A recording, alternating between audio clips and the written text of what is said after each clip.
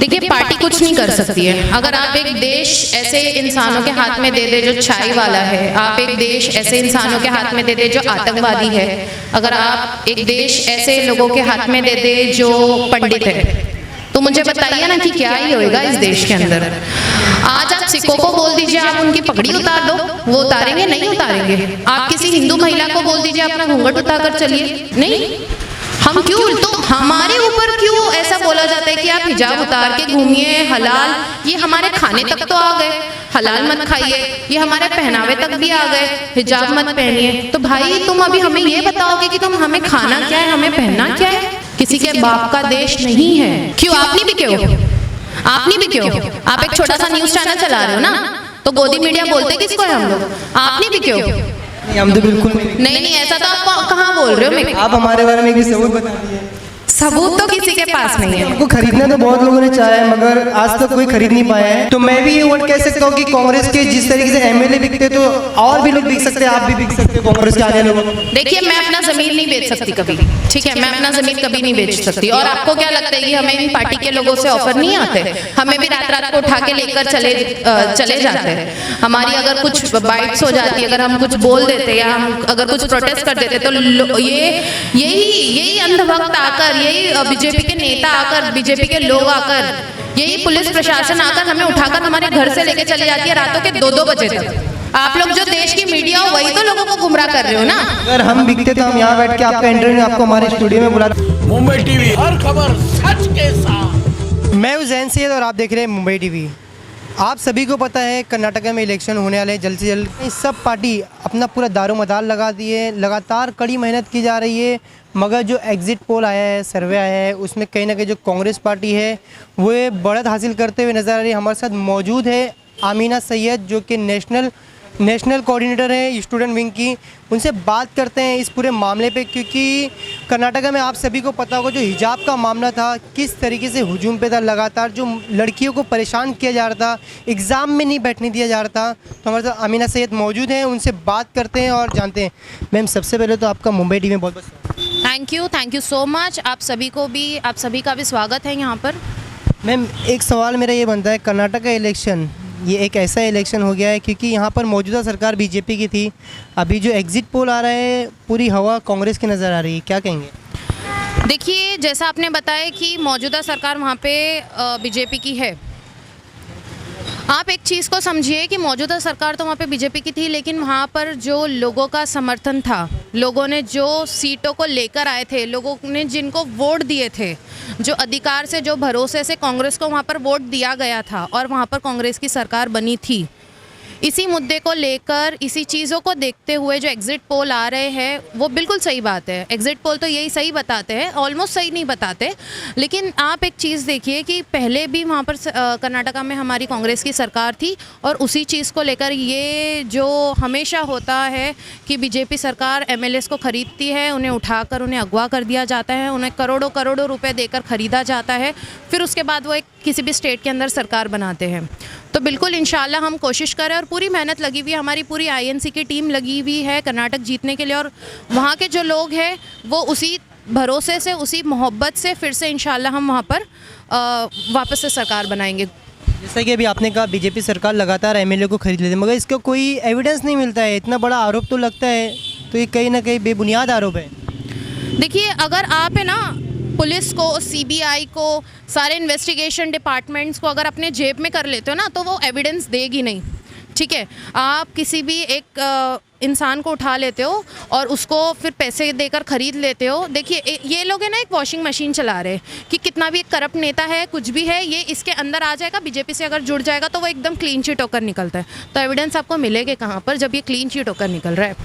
एक अहम सवाल ये भी होता है कि कांग्रेस भी ऐसे नेता रखती है कि जो बिक जाए, या ऐसा भ्रष्ट क्यों करे? क्यों आपने भी क्यों? आप एक छोटा सा न्यूज़ चैनल चला रहे हो ना, तो गोदी मीडिया बोलते किसको है हम लोग? आपने भी क्यों? हम तो बिल्कुल नहीं, ऐसा तो आप कहाँ बोल रहे हो मेरे को? आप हमारे बारे में एक भी सबूत बता दिए। सबूत तो किसी के पास नहीं है। हमको खरीदना तो बहुत लोगों ने चाहा है, मगर आज तक कोई खरीद नहीं पाया है। तो देश भर में ऐसी थोड़ी आप लोगों को गोदी मीडिया बोला जाता है। जो है वो तो उसको बोला ही जाएगा ना, जो बिका है। तो वही तो मैं बता रही हूँ ना कि जो है वही बोल रही हूँ मैं, गोदी मीडिया ही बोल रही हूँ मैं आप लोगों को। ये जब तो- आप लोग बिक सकते हैं तो वो तो बड़े बड़े। अच्छा मेरे को एक बात बताइए, अगर आपको करोड़ों अरबों रुपए दिया गया और बोला कि हमारे लिए आप लोग काम करो, तो आप लोग कर क्या रहे हो? आप लोग जो देश की मीडिया हो वही तो लोगों को गुमराह कर रहे हो ना। अगर हम बिकते तो हम यहाँ बैठ के आपका इंटरव्यू आपको हमारे स्टूडियो में बुलाते, वहाँ बैठ देखिए टीआरपी के लिए हर कोई आता है, पैसे कमाने के लिए इस देश के अंदर हर कोई आया है, इस दुनिया के अंदर हर कोई पैसे कमाने ही आया है। अगर मैं आपको बोलूँ ना कि अगर मैं आपको 100 करोड़ रुपया दे रही हूँ तो आपका भी ज़मीर कहीं ना कहीं हिल जाएगा, इसीलिए आप लोग आज गोदी मीडिया है। अगर एक चीज़ ये आप लोग मानिए, जो गोदी मीडिया है उसको आप लोग गोदी मीडिया कह के और भी मीडिया को बदनाम कर रहे हो, जो कि तत्व दिखाता है। सच दिखाते हो तुम लोग तो ये कहाँ से बात हो गई? सच दिखाते हो।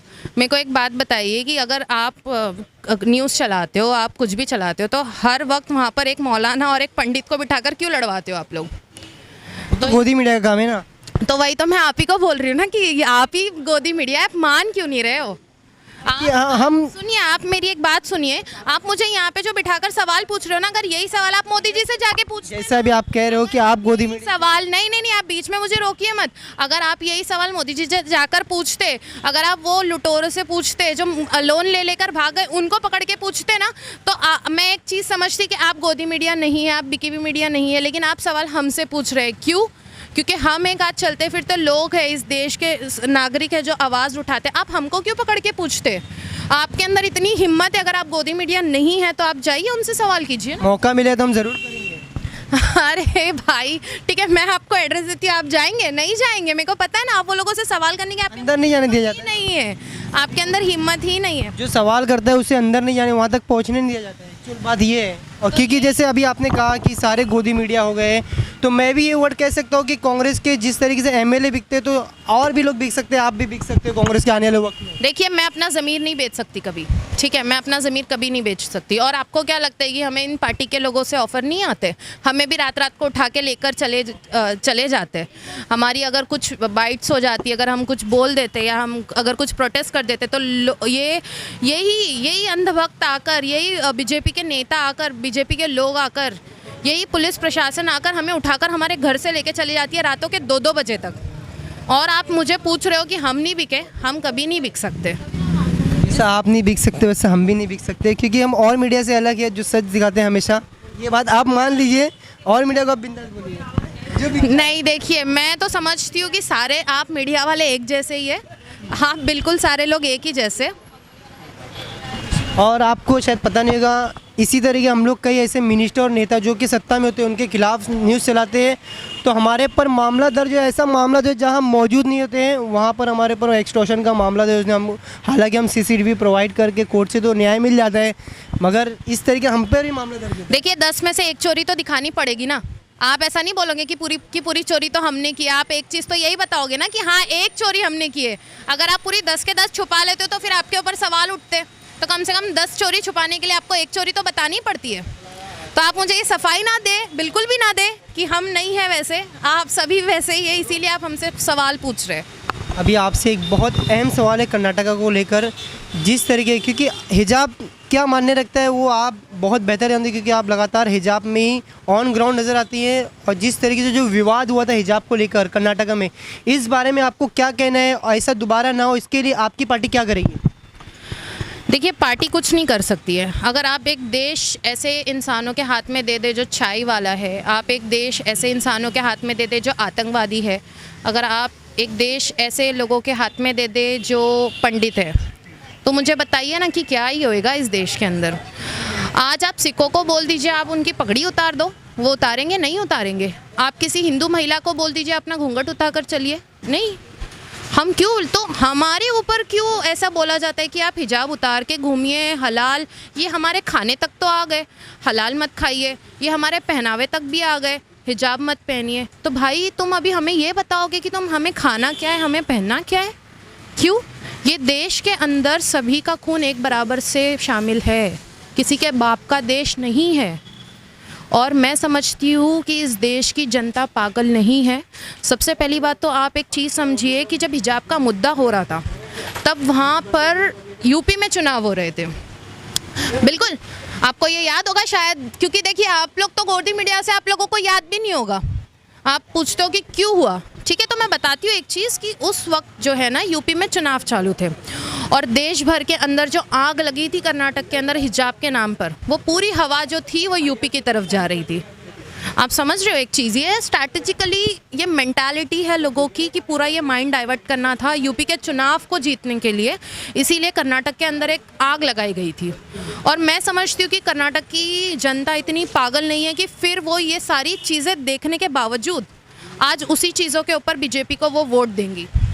अभी आपने यूपी का नाम लिया है तो एक बेहद अहम सवाल खड़ा होता है यूपी को लेके। जिस तरीके से यूपी में लगातार क्राइम रेट बढ़ते जा रहा है, इस पूरे मामले को लेके आपका क्या कहना है?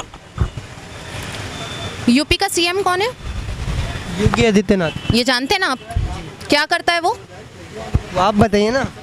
नहीं, सवाल देखिए, सवाल अगर आप पूछ रहे तो जनता भी तो सवाल पूछ सकती है ना। जब हम मोदी, अगर आप तो कांग्रेसी है, जनता भी कहाँ है? हाँ, क्यों आप उसका जवाब। सबसे पहली बात तो मैं आज जनता हूँ, फिर उसके बाद में कांग्रेस। आपको क्या लगता है, आप अपनी बात तो बताइए। देखिए, मैं एक चीज़ समझती हूँ कि योगी जी एक पंडित है, ठीक है, उनका काम है पूजा करना, उनका काम है हिंदुओं को समझाना कि क्या बुरा है क्या नहीं बुरा है, ठीक है, जो अच्छी बात है जो गलत बातें हैं, ये एक पंडित का काम होता है कि वो देश को, पंडितों का काम होता है धर्म को जोड़ कर रखना। पंडित का काम ये नहीं होता है कि आप बिल्डोज़र ले लो और किसी के ऊपर भी चला दो, आप सीधा उनको अगवा कर दो